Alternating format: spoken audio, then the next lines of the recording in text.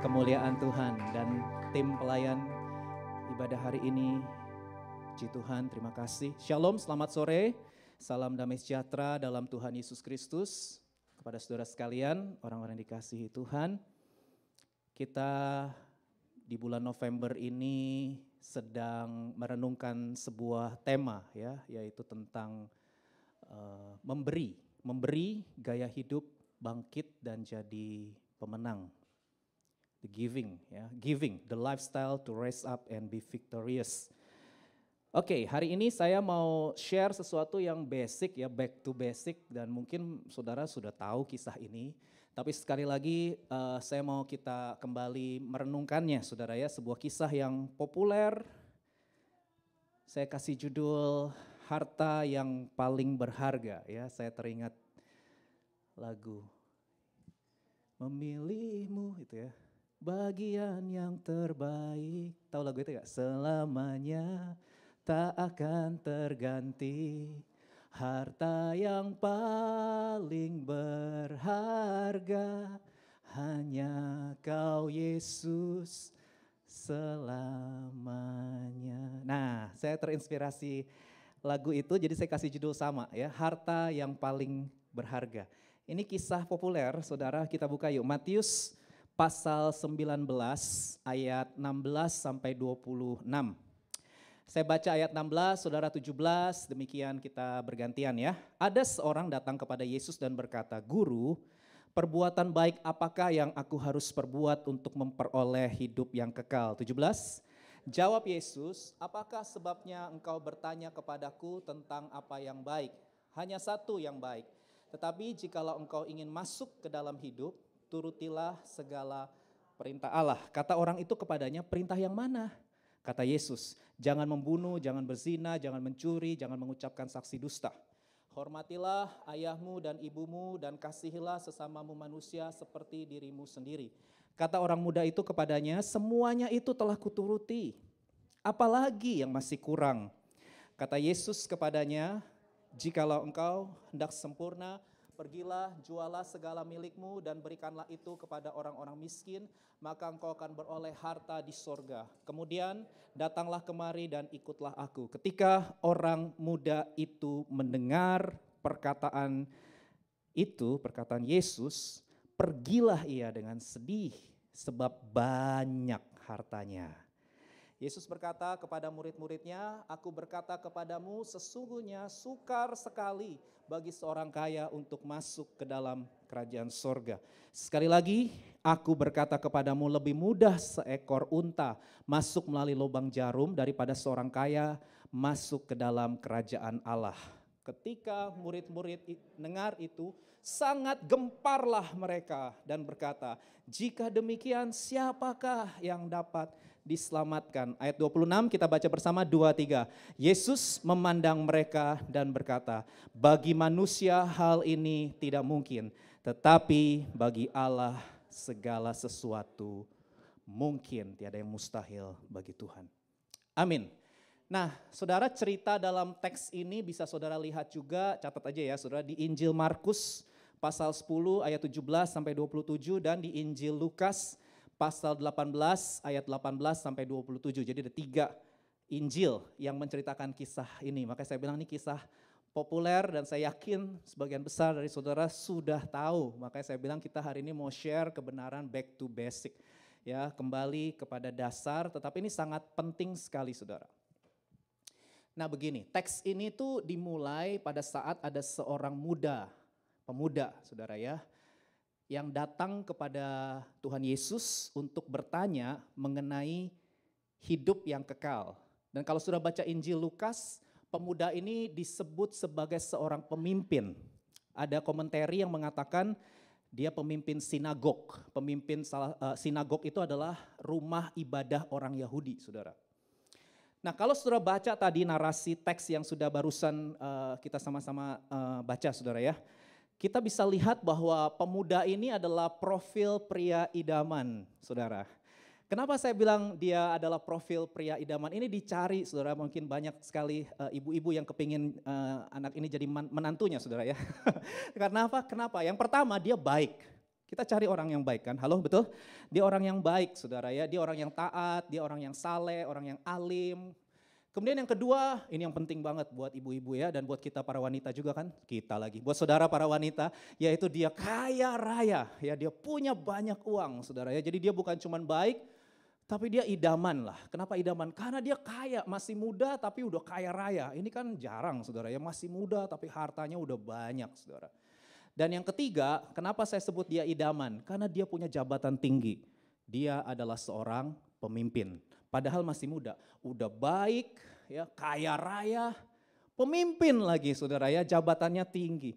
Nah saudara, dalam konsep berpikir orang Yahudi, pemuda yang datang sama Yesus ini adalah seorang pemuda yang rohani. Ya, kenapa disebut rohani? Ada 3 alasannya kenapa disebut rohani. Yang pertama kalau tadi sudah lihat, dia peduli dengan hidup kekal. Nggak banyak orang-orang muda yang peduli dengan hidup kekal. Halo, betul? Iya, anak-anak muda ya jarang banget yang peduli dengan kehidupan kekal, kerajaan Allah, kerajaan sorga ya, tentang kesalehan hidup. Tapi orang ini peduli, makanya dianggap rohani sama orang-orang Yahudi saudara ya. Yang kedua, dia itu taat pada perintah Tuhan. Tadi kalau sudah baca di ayat 20, dia berkata sama Yesus, dia berani ngomong, semuanya itu telah kuturuti. Jadi dia tuh taat pada perintah-perintah Tuhan. Dia menghormati ayah ibu, tidak berzina, tidak bersaksi dusta, dan mengasihi sesama manusia seperti mengasihi diri sendiri. Dan yang ketiga, yang paling penting di ayat 22, dia kaya raya saudara. Dia banyak hartanya. Nah saudara perlu tahu nih konsep berpikir orang Yahudi ya. Jadi belief systemnya orang Yahudi saudara, kekayaan material itu adalah salah satu bukti orang diberkati Tuhan. Ini menurut pemahamannya orang Yahudi ya. Jadi orang Yahudi itu punya belief system, punya konsep berpikir, kekayaan material itu adalah salah satu tanda Tuhan memberkati hidup seseorang. Jadi kalau ada orang kaya, orang Yahudi langsung pikir, ini pasti orang yang diberkati Tuhan. Nah kenapa orang diberkati Tuhan? Pasti dia taat sama Tuhan. Kalau orang taat sama Tuhan itu pasti diberkati. Dan berkatnya adalah berkat material. Itu belief systemnya orang Yahudi. Ya. Jadi dengan kekayaan yang dimiliki oleh pemuda ini, maka orang-orang berpikir bahwa oh ini orang yang punya favor, punya perkenanan Tuhan. Tuhan berkenan sama hidup orang ini. Ya, tandanya kaya, dia punya uang banyak karena dia taat. Memang betul dia taat. Dia taat pada perintah-perintah Tuhan, saudara ya. Nah itu belief sistemnya orang Yahudi. Tapi kita akan kaget, bukan hanya kita, murid-murid bukan hanya kaget, mereka sangat gempar dikatakan tadi ya di ayat 25. Kenapa? Karena Tuhan Yesus bilang, nah ini nih ayat 25 ya, sangat gemparlah murid-murid. Kenapa? Karena Tuhan Yesus bilang, ingat murid-murid Yesus ini orang-orang Yahudi. Jadi murid-murid Yesus juga punya pikiran, nih orang kaya yang datang sama Yesus, nih orang rohani. Gitu loh, orang yang taat pada perintah Tuhan. Taat pada perintah Tuhan, kaya raya. Tapi Yesus berkata, orang ini tidak masuk kerajaan sorga. Orang ini tidak masuk kerajaan Allah dan orang ini tidak mendapatkan hidup yang kekal. Itu sebabnya sudah lihat respon murid-murid di ayat 25, sangat gemparlah mereka, heboh mereka, boom gitu ya. Yesus itu memberi sebuah pernyataan yang kontroversial, ya, memberi sebuah sebuah statement yang berbeda banget dengan belief sistemnya orang Yahudi. Padahal Yesus juga orang Yahudi.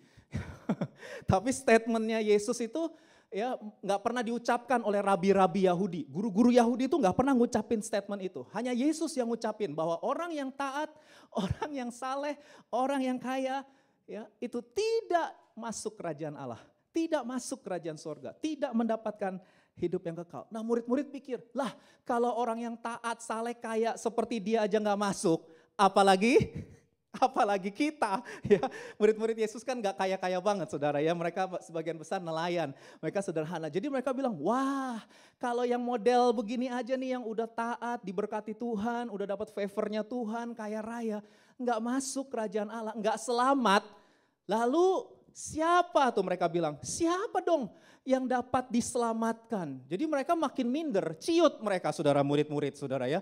Gimana ini, berarti gak ada yang bisa diselamatkan, gak mungkin dong manusia bisa diselamatkan. Ya tuh lihat, dan Yesus memandang mereka, betul bagi manusia memang tidak mungkin, tetapi bagi Allah segala sesuatu mungkin. Nah saudara dikasih Tuhan, Ini cerita simple tapi sangat esensial, sangat penting sekali dalam iman kita dalam mengiring Tuhan Yesus Kristus, saudara ya. Jadi gini, orang muda yang kaya ini saudara, itu dia punya konsep yang keliru tentang keselamatan dan ketaatan.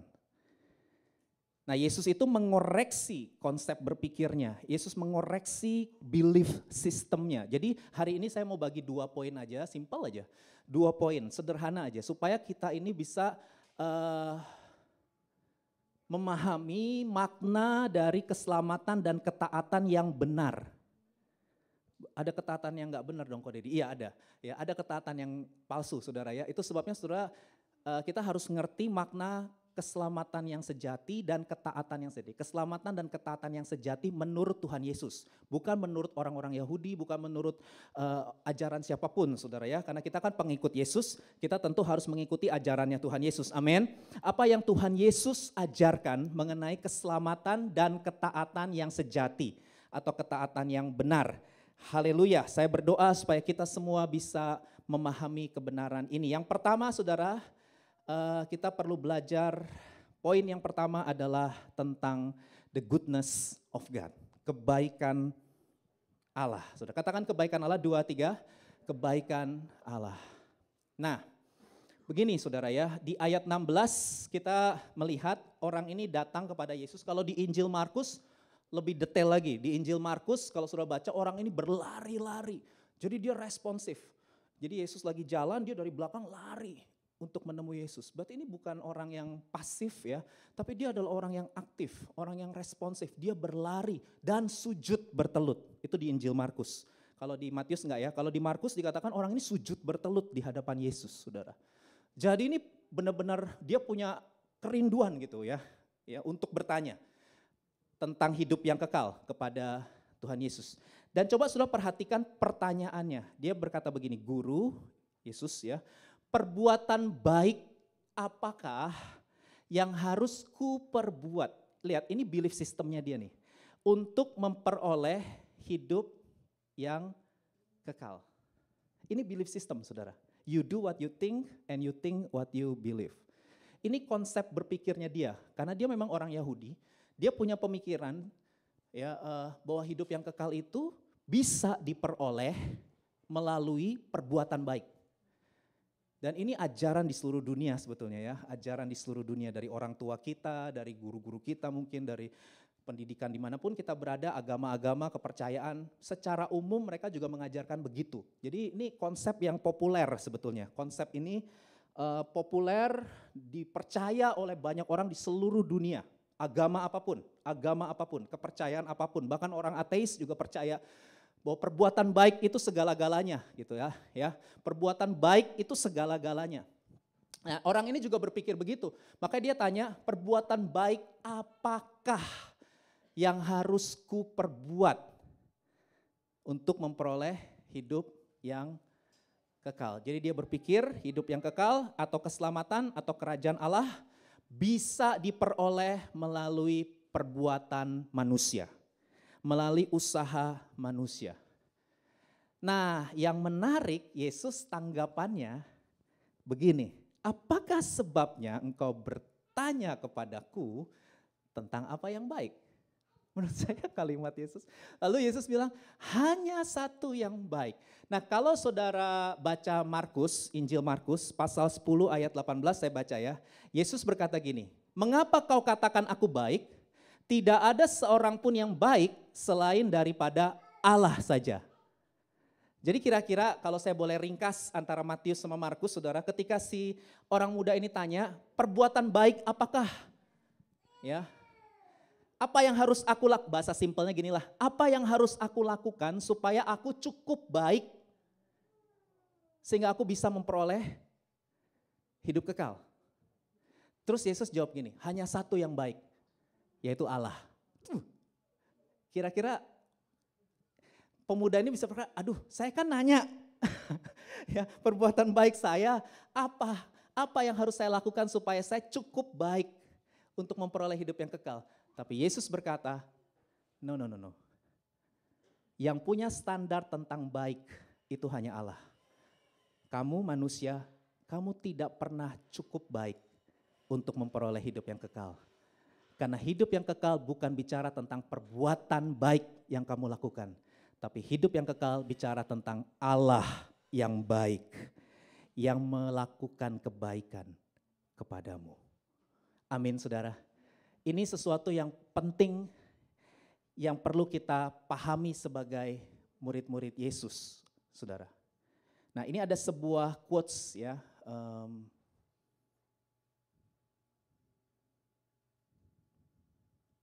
Saya boleh tolong dibantu? Oke. Ini ada sebuah quotes, saudara, yang berkata, keselamatan bukan tentang perbuatan baik. Oke, keselamatan bukan tentang perbuatan baik yang kita lakukan, melainkan pengenalan dan pengakuan kita terhadap Allah yang baik. Saya ulangi ya, keselamatan bukan tentang perbuatan baik yang kita lakukan, melainkan pengenalan kita kepada Allah yang baik, yang telah memberikan anugerahnya kepada kita di dalam Kristus. Amin saudara. Jadi bukan tentang apa, tapi tentang siapa. Bukan tentang apa yang baik, tapi tentang siapa yang baik. Dan di dalam Yesus hanya Allah yang baik.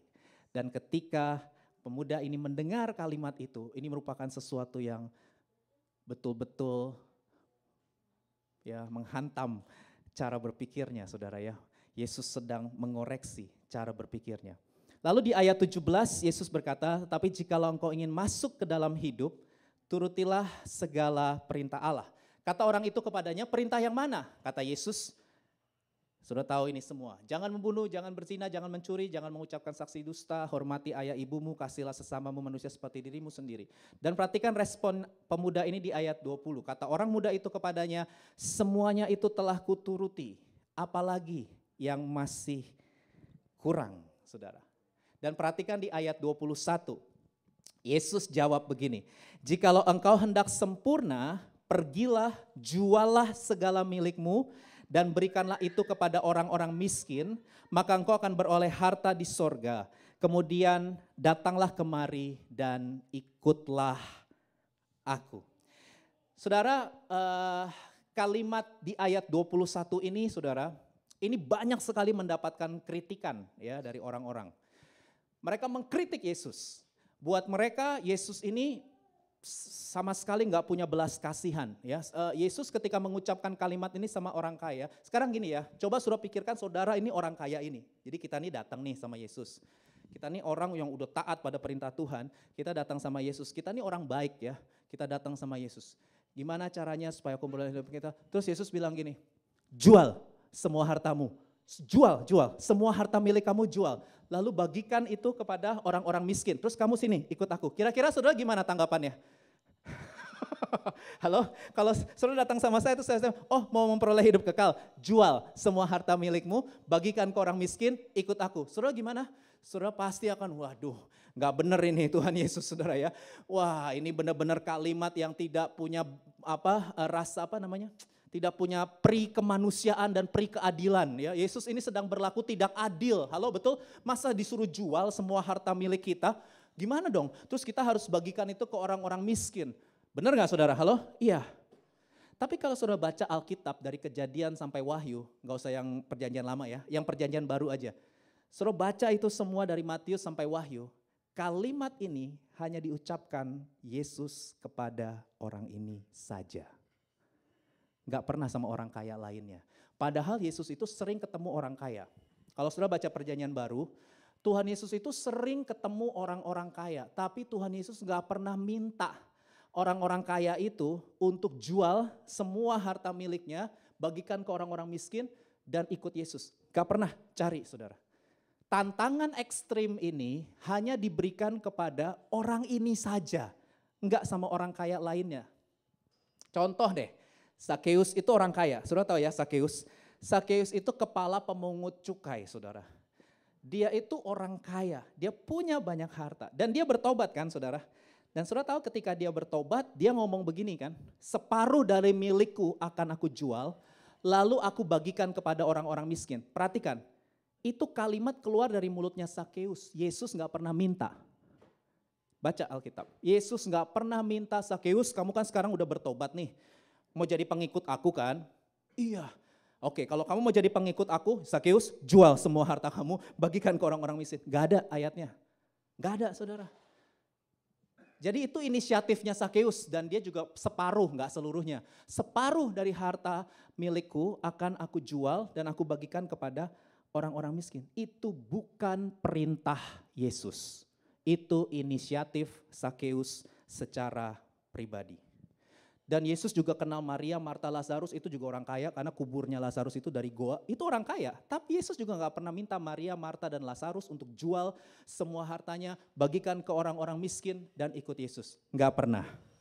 Saudara, bahkan kalau saudara baca di gereja mula-mula di Kisah Rasul, gereja mula-mula itu gak ada diperintahkan untuk mereka jual semua harta milik mereka lalu suruh bagikan ke orang-orang miskin. Gak ada.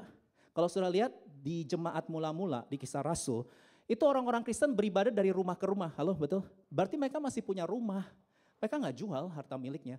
Mereka mengikut Yesus tapi masih tetap punya rumah. Gitu saudara. Buktinya mereka beribadah dari rumah ke rumah. Berarti tidak ada perintah untuk menjual semua harta milik membagikan kepada orang-orang miskin. Gak ada. Perintah atau tantangan ini hanya diberikan kepada orang muda yang kaya ini saja, saudara. Nah sekarang kita jadi bingung. Jadi Yesus sebenarnya gak benci sama orang kaya ya, halo paham? Saudara, Yesus tidak benci sama orang kaya karena buktinya baik-baik saja dengan orang-orang kaya yang lain, saudara ya. Gak ada masalah untuk saudara juga jadi orang kaya. Gak ada masalah, Yesus tetap mengasihi orang kaya, orang miskin, semua dikasihi Tuhan, amin. Amin saudara, boleh punya banyak uang, amin? Boleh saudara ya, saudara boleh punya banyak uang, saudara boleh jadi orang yang kaya raya. Tapi ada satu hal yang esensi, kenapa sih tantangan ekstrim ini hanya diberikan Yesus kepada orang yang satu ini saudara. Kenapa saudara? Bukan karena dia kaya raya, bukan karena dia punya banyak uang dan lain sebagainya. Enggak, Yesus enggak anti dengan kekayaan. Tetapi Yesus mau mengungkapkan. Jadi kalimat ini, perintah ini, itu sebenarnya Yesus mau mendiagnosa hati. Yesus mau mengungkapkan siapa Tuhan yang disembah dan dicintai oleh orang ini selama hidupnya. Jadi kalimat ini itu sebuah diagnosa. Yesus itu sedang mendiagnosa hati orang ini. Jadi mau dibukain gitu loh, siapa Tuhan atau apa Tuhan yang disembah oleh orang ini, yang dicintai oleh orang ini selama dia hidup. Karena Yesus tahu Tuhan yang disembah dan dicintai oleh orang ini bukanlah Tuhan yang benar. Bukan Allah Tritunggal. Bukan Allah yang sejati. Jadi kalaupun orang ini melakukan perintah-perintah Tuhan, dia kan tadi tidak berzina, tidak membunuh, tidak bersaksi dusta, menghormati ayah dan ibu, mengasihi sesama manusia. Motivasi dia melakukan perintah-perintah Tuhan itu bukan karena dia mengasihi Tuhan yang benar, bukan. Tapi motivasi dia melakukan perintah-perintah Tuhan itu karena dia sedang mengejar Tuhan yang dia sembah dan dia cintai, yaitu harta kekayaan. Karena dia menyembah dan mengasihi Tuhan yang palsu, kalau saya boleh pakai kata itu ya. Dia menyembah dan mengasihi Tuhan yang palsu dengan cara memanipulasi Tuhan yang benar. Tuhan yang benar dimanipulasi oleh dia, dia punya motivasi melakukan perintah Tuhan bukan karena dia mengasihi Tuhan yang benar, tapi karena dia menyembah dan mengasihi Tuhan yang palsu, yaitu harta kekayaan. Dia menjadikan harta kekayaan itu sebagai sumber utama dari harga dirinya, keberhargaannya, kepuasan dan kebahagiaan hidupnya. Itu sebabnya ketika Yesus menantang orang ini, perhatikan ayat 22. Ketika orang muda itu mendengar perkataan itu, dia jadi ngikut Yesus gak saudara? Halo? Jadi mengikut Yesus gak? Padahal di awal dia bilang Yesus itu guru yang baik. Tapi di akhir dia gak percaya lagi Yesus baik. Dia nggak percaya lagi akan kebaikan Yesus dalam hidupnya. Karena dia nggak jadi ikut Yesus. Dia pergi dengan sedih. Perhatikan alasannya ya. Dia pergi dengan sedih bukan karena permintaan Yesus tidak masuk akal. Bukan loh. Padahal itu permintaan yang nggak masuk akal kan. Bukan itu. Tapi dia pergi sebab ketahuan Tuhannya. Sebab banyak hartanya. Orang ini gak mau berganti Tuhan. Tuhan yang dia sembah dan dia cintai seumur hidupnya itu mamon, harta kekayaan. Dan ketika Yesus minta berganti, mau gak kamu lepas Tuhan yang palsu, ikut Tuhan yang benar, ikut aku kata Yesus. Mau gak berganti Tuhan, dari Tuhan palsu ke Tuhan yang benar, ikut aku. Dia gak mau loh. Padahal di depan dia itu Tuhan yang benar. Dia gak mau loh, gak mau. Dia gak mau berganti Tuhan. Dia gak mau mengalihkan rasa aman, keberhargaan, harga dirinya, pride-nya. Ya. Dia gak mau alihkan dari harta kekayaan ke Tuhan Yesus. Dia gak mau loh, saudara. Ya udah, gak bisa dapat hidup yang kekal. Kenapa gak bisa dapat hidup yang kekal? Coba sudah lihat Matius 6 ayat 24 sampai 25. Gak bisa digabung soalnya Tuhan palsu sama Tuhan benar jadi satu tuh gak bisa. Jadi dia gak bisa dapat hidup kekal. Karena dia mau gabungin Tuhan palsu, Tuhan benar. Digabungin jadi satu, gak bisa. Kenapa gak bisa? Karena berlawanan Tuhan palsu dengan Tuhan benar itu gak bisa jadi satu. Berlawanan. Loh ada ayatnya gak? Ada. Matius 6 ayat 24, 25 yuk kita baca bersama yuk 2, 3. Tak seorang pun dapat mengabdi kepada dua tuan. Karena jika demikian, ia akan membenci yang seorang dan mengasihi yang lain. Atau ia akan setia kepada yang seorang dan tidak mengindahkan yang lain. Ini keras ya. Tuhan Yesus bilang gini, kamu tidak dapat mengabdi kepada Allah dan kepada mamon. Itu kata Aram artinya harta kekayaan, uang. Harta kekayaan, harta milik ya. Tuhan Yesus bilang mamon dan Allah itu gak bisa digabung. Tuhan palsu dan Tuhan benar itu berlawanan, gak bisa dijadiin satu. Kita kan kepingin semua jadi satu ya, agama juga kalau bisa semua jadi satu ya kan. Kita tuh sekarang pengen gabung-gabungin semua gitu ya, semua sama aja lah kita mau coba gabungin semua. Ya padahal gak bisa, Tuhan yang palsu dengan Tuhan yang benar gak bisa digabungin jadi satu saudara. Ya, Allah Tritunggal gak bisa saudara gabungin dengan konsep-konsep yang lain. Ya, beda saudara, sangat berbeda. Nah itu sebabnya gak bisa orang ini peroleh hidup yang kekal. Karena dia gak mau berganti Tuhan. Dia gak mau lepasin Tuhan palsu dan mengikut Tuhan yang benar. Yaitu Yesus Kristus. Jadi poinnya ini saudara. Bukan poinnya Yesus suka dengan kemiskinan. Yesus tidak suka dengan kemiskinan kok saudara ya. Yesus oke-oke saja dengan orang kaya. Karena ini bukan masalah nominal uang. Tapi ini masalah sikap hati. Ketika Yesus berkata berbahagialah orang yang miskin di hadapan Allah. Itu bukan miskin secara materi. Jangan salah paham ya. Ketika Yesus bilang berbahagialah orang yang miskin di hadapan Allah. Itu bukan miskin secara materi ya. Tapi itu bicara orang miskin adalah orang yang tidak berdaya. Orang miskin itu adalah orang yang nyanyinya tuh tiap hari satu-satunya yang ku andalkan. Itu orang miskin di hadapan Allah. Satu-satunya yang ku percaya. Nah itu, jadi bukan miskin secara materi ya. Berbahagialah orang yang miskin di hadapan Allah. Karena mereka yang empunya kerajaan sorga itu bicara tentang sikap hati yang merasa tidak berdaya dan hanya bergantung sepenuhnya mengandalkan Tuhan. Itulah yang memiliki kerajaan sorga. Sama sebenarnya itu konsepnya. Dan kalau sudah baca konteks dari teks Matius pasal 19 tadi saudara ya tentang orang kaya yang datang kepada Yesus. Itu sebelumnya Yesus lagi ngomong anak-anak kecil itu mempunyai kerajaan surga. Baca ya. Jadi sebelum Yesus ketemu sama pemuda ini, Yesus tuh lagi ngajarin sama murid-muridnya yang punya kerajaan surga tuh anak-anak kecil.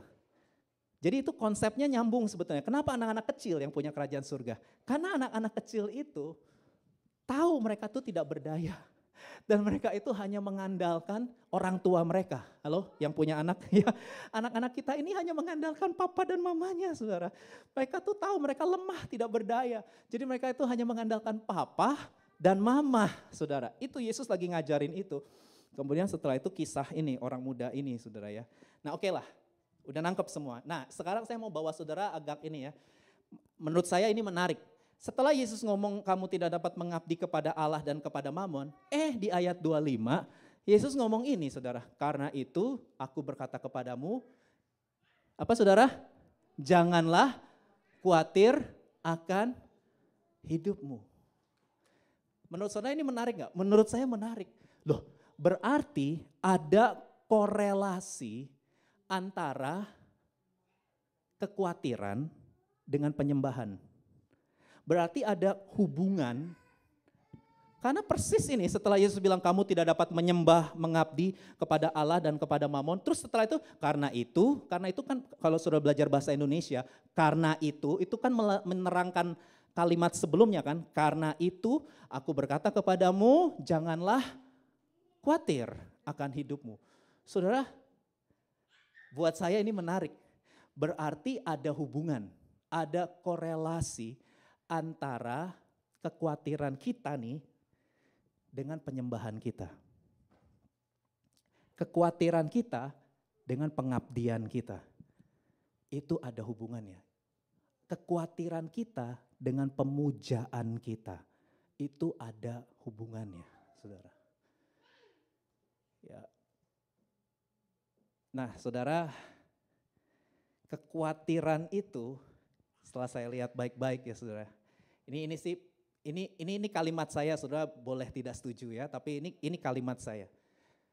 Kekhawatiran itu menurut saya dari perenungan ini adalah sebuah penyembahan. Waduh, aku nyembah Tuhan kok Dedi ya. Oke, tunggu dulu, saya akan jelasin. Kekhawatiran itu adalah sebuah pemujaan, penyembahan kepada sesuatu yang saudara anggap lebih penting, lebih berharga, dan lebih utama daripada Tuhan. Karena kalau yang paling penting adalah Tuhan, saudara nggak mungkin hidup dikuasai oleh kekhawatiran. Saya nggak berkata bahwa orang Kristen nggak boleh khawatir. Saya sebagai pendeta, saya juga khawatir ada kekhawatiran saudara ya. Kan kekhawatiran itu alarm katanya kan. Kalau ada bahaya jadi kita khawatir. Oke, setuju, saya setuju saudara. Tapi kalau saudara terus menerus hidup dalam kekhawatiran, kalau saudara terus menerus memikirkan kekhawatiranmu terhadap sesuatu itu sampai menguras pikiranmu, menguras emosi, menguras perasaan, menguras energi, membuat engkau depresi dan gak mau hidup lagi, itu udah ada worship, penyembahan kepada yang lain berarti. Saudara sedang menyembah yang lain, bukan menyembah Tuhan. Kalau sampai saudara gak mau kehilangan itu, saudara takut, orang khawatir Tuhan dia takut kehilangan. Ada gak? Saudara takut sekali kehilangan. Karena kalau saudara kehilangan titik itu, saudara merasa saudara sudah gak bisa hidup lagi. Aku gak bisa hidup kalau aku kehilangan titik. Nah titik itu setiap orang beda-beda.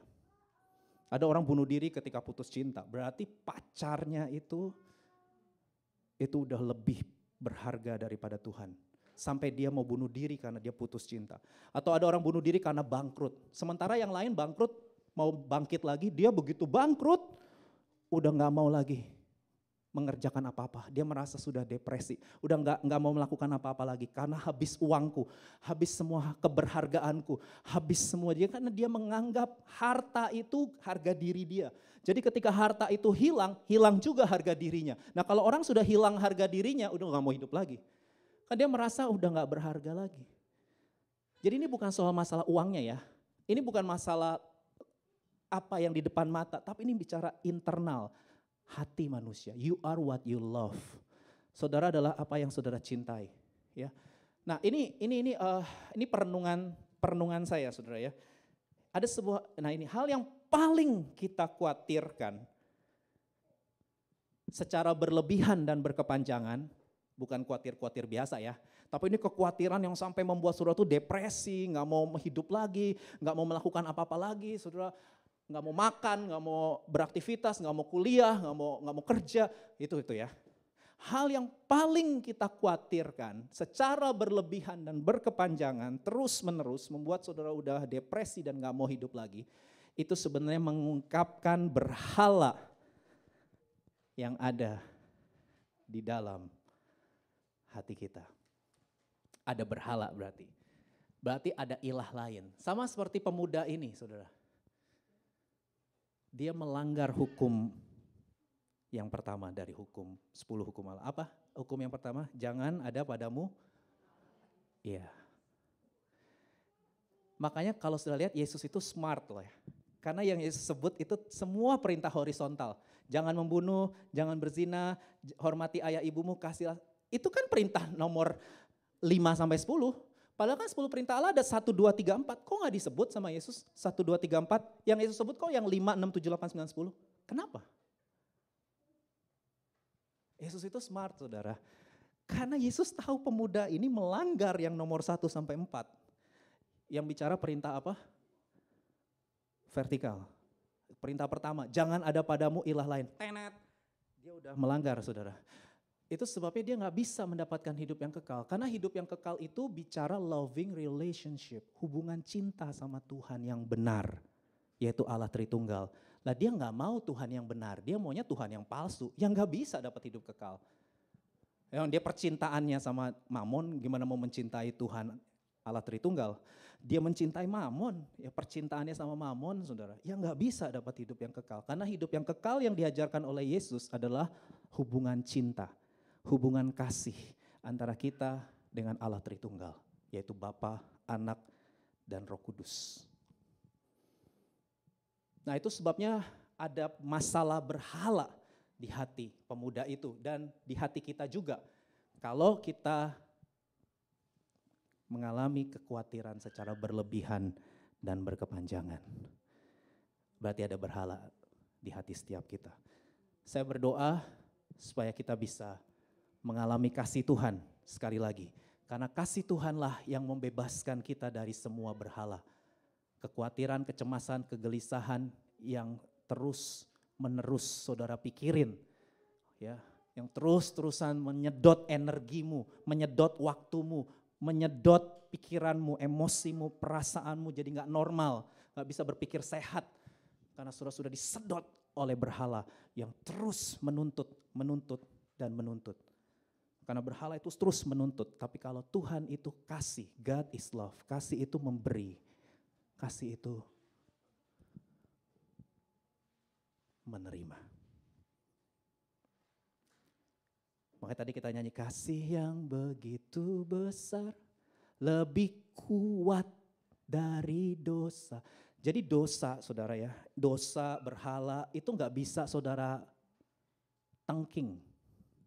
Ya, kalau setan saudara bisa tengking, ada orang kerasukan setan, saudara tengking, dalam nama Yesus keluar setan, setannya keluar. Karena itu setan, orang lagi kerasukan setan. Tapi kalau hawa nafsu, percabulan, perjinahan, cinta uang, keserakahan, kesombongan, itu saudara gak bisa tengking. Untung dalam nama Yesus kesombongan pergi. Gak bisa, itu bukan setan saudara ya. Itu berhala pengakuan. Sombongan itu kan berhala pride, berhala pengakuan. Itu saudara gak bisa tengking, bukan setan saudara. Ya, gimana caranya supaya kita bisa bebas dari berhala pengakuan, berhala penerimaan, berhala kontrol. Ya orang khawatir itu kan karena pingin kontrol semuanya sesuai ekspektasi dia, itu kan orang khawatir ya. Dia punya berhala kontrol, dia pingin kontrol semua harus sesuai dengan planning dia ya. Itu orang-orang yang terus biasanya orang-orang perfeksionis, hati-hati yang perfeksionis ya, saudara akan mudah rapuh sekali. Ketika saudara gak bisa kontrol, saudara langsung kolaps ya. Nah saudara, gimana caranya supaya kita bisa bebas lah dari berhala-berhala atau dosa-dosa di hati kita. Gak bisa ditengking, gak bisa saudara usir, tapi harus dialihkan. Change and replace. Katakan change and replace, 2, 3. Change and replace. Kalau saudara, ini saya kasih yang simple dulu ya. Kalau saudara mau menghilangkan angka 6, saudara nggak bisa tengking angka 6. Angka 6, pergi, keluar kamu angka 6. Aku benci angka 6, pergi angka 6, angka 6. Semakin saudara tengking, angka 6 itu akan terus ada di kepala saudara. Saudara tengking, dalam nama Yesus, pergi angka 6, pergi angka 6. Angka 6-nya nggak pergi-pergi, terus menghantui pikiran saudara. Gak bisa dilawan, angka 6 itu saudara gak bisa lawan. Gimana caranya menghilangkan angka 6? Ganti aja dengan angka 7, selesai. Angka 6-nya hilang. Begitu saudara ganti angka 7, angka 6-nya hilang saudara. Change and replace. Nangkep gak saudara? Saudara, wah aku benci percabulan, aku benci. Semakin saudara benci percabulan, aku keluar ke percabulan. Hawa nafsu seksual saudara akan makin terus. Loh gimana ini aku udah tengking-tengking, kok gak bisa keluar-keluar? Iya karena gak bisa ditengking. Saudara itu keinginan daging, gimana mau tengking? Saudara harus ganti keinginan itu dengan keinginan lain. Keinginan dalam hidupku hanya untuk menyembahmu. Ketika saudara mencintai Yesus lebih dan lebih lagi, tiba-tiba semua dosa, semua berhala hilang dalam hidup saudara. Karena saudara ganti. Saudara tidak lagi berfokus kepada dosa, tapi saudara sekarang berfokus kepada pribadi yang saudara cintai, yaitu Yesus Kristus. Amin saudara, nangkep ya. Harus smart jadi orang Kristen. Ya, jangan apa-apa roh, semua serba tengking. Meskipun kita Pentakosta, tapi ya jangan gitu-gitu juga saudara ya. Ya, kita harus tahu bahwa kuncinya adalah loving Jesus, mengasihi Yesus lebih dan lebih. Yang kedua, yang terakhir, udah dikasih kode nih saya, udah segera selesai katanya. Coba diiringin Jasian, iya, supaya saya ingat waktu ya, udah dikodein. Oke, yang kedua, yang terakhir, saudara harus belajar yang namanya pekerjaan Allah. Katakan pekerjaan Allah. Oke, cepat aja. Keselamatan itu murni pekerjaan Allah, bukan hasil usaha manusia. Gini ya, orang muda ini kan tadi datang, apa yang harus aku lakukan supaya aku memperoleh hidup yang kekal. Jadi orang ini berpikir hasil keselamatan itu adalah usaha dia. Dia punya andil dalam keselamatan, itu adalah hasil pekerjaan dia. Tapi yang Yesus, lihatnya, ayat 26 ini kan tutup ya, ditutup sama Yesus. Bagi manusia hal ini tidak mungkin. Apa artinya kalimat itu? Keselamatan itu bukan usaha manusia. Keselamatan itu bukan perbuatan manusia. Karena bagi manusia hal ini tidak mungkin. Ngerti kata tidak mungkin saudara? Mustahil. Keselamatan itu mustahil dari usaha manusia. Hidup kekal, masuk kerajaan Allah, masuk kerajaan sorga itu tidak mungkin dari usaha manusia. Karena itu bukan pekerjaan manusia, itulah pekerjaan Allah. Dan Yesus kasih majas hiperbola tentang unta dan lubang jarum. Untuk menjelaskan ketidakmungkinan usaha manusia menyelamatkan dirinya sendiri. Yesus kasih majas hiperbola, metafora yang menurut saya hiperbol sifatnya. Karena unta itu hewan terbesar di Timur Tengah dan lubang jarum itu adalah benda terkecil di Timur Tengah. Ada dua tafsiran, ada yang bilang itu pintu ya. Ya saya gak mau berdebat lah soal tafsiran, ada beberapa tafsiran. Tapi kalau menurut saya intinya apapun tafsiran itu, entah itu pintu atau betul-betul lubang jarum, intinya adalah Yesus itu mengatakan bahwa keselamatan itu bukan hasil usaha manusia. Tapi itu mujizat dan gak bisa ditiru iblis. Kalau kesembuhan, iblis bisa tiru. Kalau kekayaan, iblis bisa kasih. Keluarga yang harmonis, iblis bisa kasih. Saudara mau minta keluarga harmonis, minta kekayaan, minta apa ya, mau punya pacar, mau menikah, mau punya anak, iblis bisa kasih. Saudara mau sembuh, apa? Iblis bisa kasih. Satu yang iblis gak pernah bisa tiru, satu aja gak pernah bisa iblis lakukan, itu keselamatan. Makanya saya bilang, keselamatan itu mujizat terbesar, karena hanya Allah yang bisa lakukan. Bagi manusia, bagi iblis tidak mungkin, tapi bagi Allah segala sesuatu itu mungkin. Kenapa? Karena Yesus sudah membuktikannya. Saudara, ini adalah konsep ketaatan yang benar saudara ya. Inilah konsep ketaatan yang sejati yang diajarkan oleh Tuhan Yesus. Saya undang para pelayan maju ke depan. Ketaatan yang sejati adalah ketaatan yang didorong oleh kasih kita kepada Tuhan. And I love you, Jesus, I love you. Itu lagu yang sering dinyanyikan Pak Niko ya, dari Covenant Worship. Yes, I love you because you first loved me. And I love you, Jesus, I love you. Yes, I love you because you first loved me. Bukan kita yang mengasihi Allah lebih dulu, tapi Allah yang mengasihi kita melalui pengorbanan darah Yesus Kristus. Uang gak pernah mati buat saudara. Pacar saudara, teman saudara, pengakuan orang, orang tua saudara sekalipun, mereka gak pernah mengorbankan hidupnya buat saudara. Hanya Yesus satu-satunya yang mengorbankan darahnya. Bukan hanya buat kita saja, tapi buat semua orang. Dan itulah the greatest love. Itulah kasih yang terbesar. Jadi ketaatan kita bukan supaya kita diselamatkan, tapi ketaatan kita adalah bukti kalau kita sudah diselamatkan. Kita berbuat baik bukan supaya diselamatkan. Kita berbuat baik karena kita sudah diselamatkan. Perbuatan baik dan ketaatan kita pada perintah Tuhan itu adalah ungkapan syukur dan cinta kasih kita kepada Tuhan. Ini konsep hanya ada di Alkitab, tidak ada di agama dan kepercayaan apapun. Ya, hanya Alkitab, hanya Yesus yang mengajarkan bahwa kita selamat bukan karena perbuatan kita selamat karena anugerah Tuhan. Kita taat bukan untuk diselamatkan, tapi karena sudah diselamatkan. Kita berbuat baik bukan untuk diselamatkan, tapi karena sudah diselamatkan sebagai ucapan syukur dan ungkapan kasih kita kepada Tuhan. Karena yang menyelamatkan kita adalah Tuhan Yesus Kristus melalui darah pengorbanannya. Amin. Untuk firman Tuhan. Hari ini kita belajar 2 poin sederhana yang saya pikir sudah tahu, tapi kembali lagi saya ingatkan supaya kita lebih dalam lagi mencintai Tuhan Yesus yang telah terlebih dahulu mengasihi kita. Biarlah Yesus menjadi satu-satunya harta yang paling berharga buat hidup kita.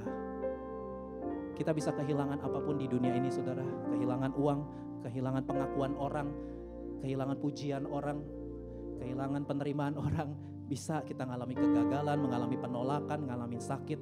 Bahkan kita bisa meninggal, secara fisik kita bisa meninggal. Kita bisa kehilangan saudara, banyak kehilangan-kehilangan. Justru kehilangan-kehilangan dalam hidup kita itu membuktikan siapa sebenarnya yang paling berharga buat hidup kita. Kalau saudara ngerasa uang berharga, uang bisa hilang. Saudara ngerasa pacar berharga, pacar bisa hilang. Saudara teman bisa hilang. Orang tua kita pun bisa hilang. Saya gak mau papa mama saya meninggal, tapi saya tahu papa mama saya suatu saat pasti dipanggil pulang sama Tuhan. Lalu siapa harta yang paling berharga yang gak pernah hilang dalam hidup kita? Hanya satu yang gak pernah hilang dalam hidup kita saudara. Dan saudara gak perlu khawatirin karena dia gak pernah hilang. Dia terus menyertai kita selama-lamanya.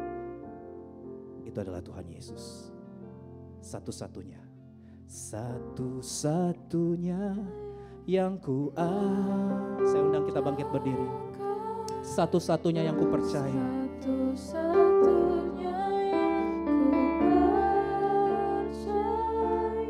Engkau sumber kekuatan, Engkau sumber kekuatan, sumber pengharapan, sumber kedamaian.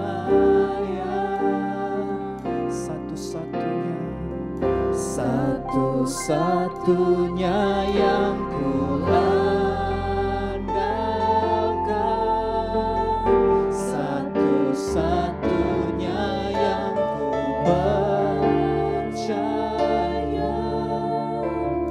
Engkau Tuhan memberkati, Tuhan penyembuhku, Tuhan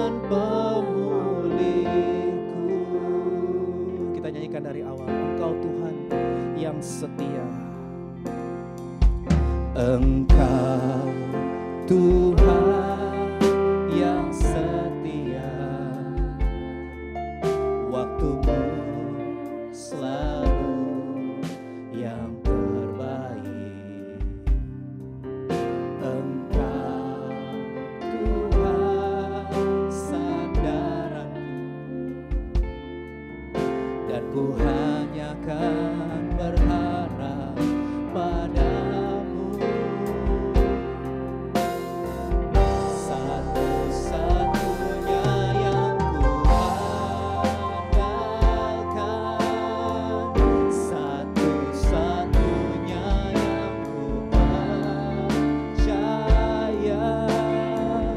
Engkau sumber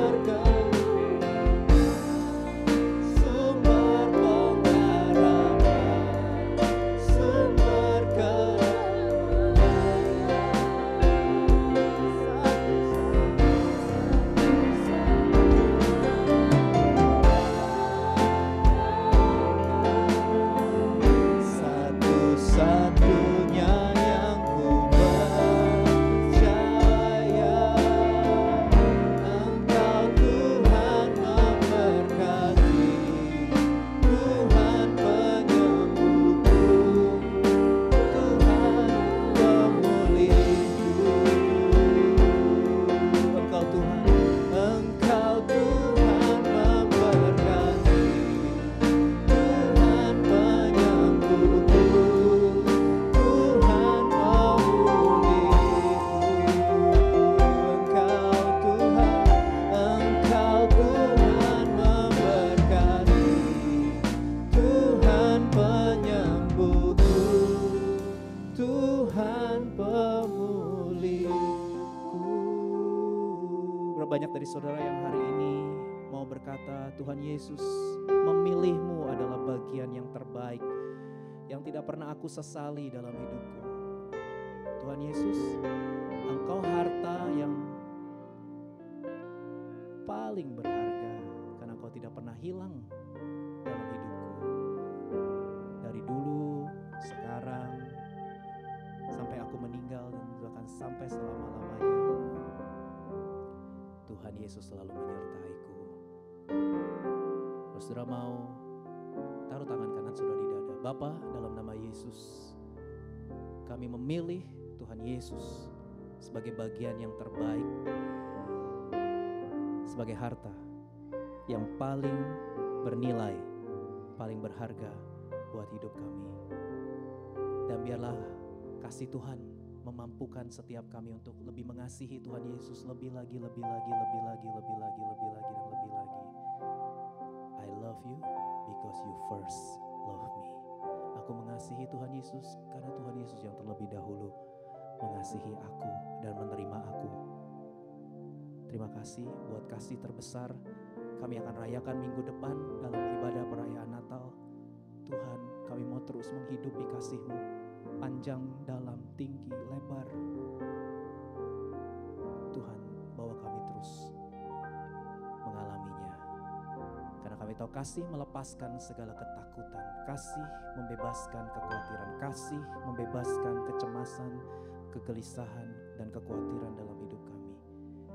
Dan kasih itu cukup. Christ is enough. Kami akan melangkah dengan menatap masa depan yang penuh pengharapan di dalam Kristus yang tidak pernah mengecewakan kami. Terima kasih buat kebaikan Allah, terima kasih buat pekerjaan Allah, sehingga kami semua diselamatkan beroleh hidup yang kekal untuk selama-lamanya. Dalam nama Yesus, meteraikan firman ini Tuhan, anak-anak-Mu yang sedang ada dalam pergumulan, kasih-Mu menguatkan mereka semua. Sebentar kami pulang, kami rindu terima berkat dari Tuhan. Mari buka hati, tengadakan kedua belah tangan saudara, dan terimalah berkat dari Allah Tritunggal. Tuhan yang sejati, Tuhan yang benar. Tuhan memberkati engkau dan melindungi engkau. Tuhan menyinari engkau dengan wajahnya dan memberi engkau kasih karunia. Tuhan menghadapkan wajahnya kepadamu dan memberi engkau damai sejahtera. Pulanglah, kasihilah Tuhan Allahmu dengan segenap hati, jiwa, kekuatan, dan akal budimu. Dan kasihilah sesamamu manusia seperti dirimu sendiri. mulai dari sekarang sampai Maranatha. Datanglah ya Tuhan Yesus, kami semua mengasihi-Mu, kami semua merindukan-Mu. Dalam nama Yesus, semua yang rindu mengasihi Tuhan lebih lagi sama-sama katakan amin. Tepuk tangan buat kemuliaan Tuhan. Silakan duduk.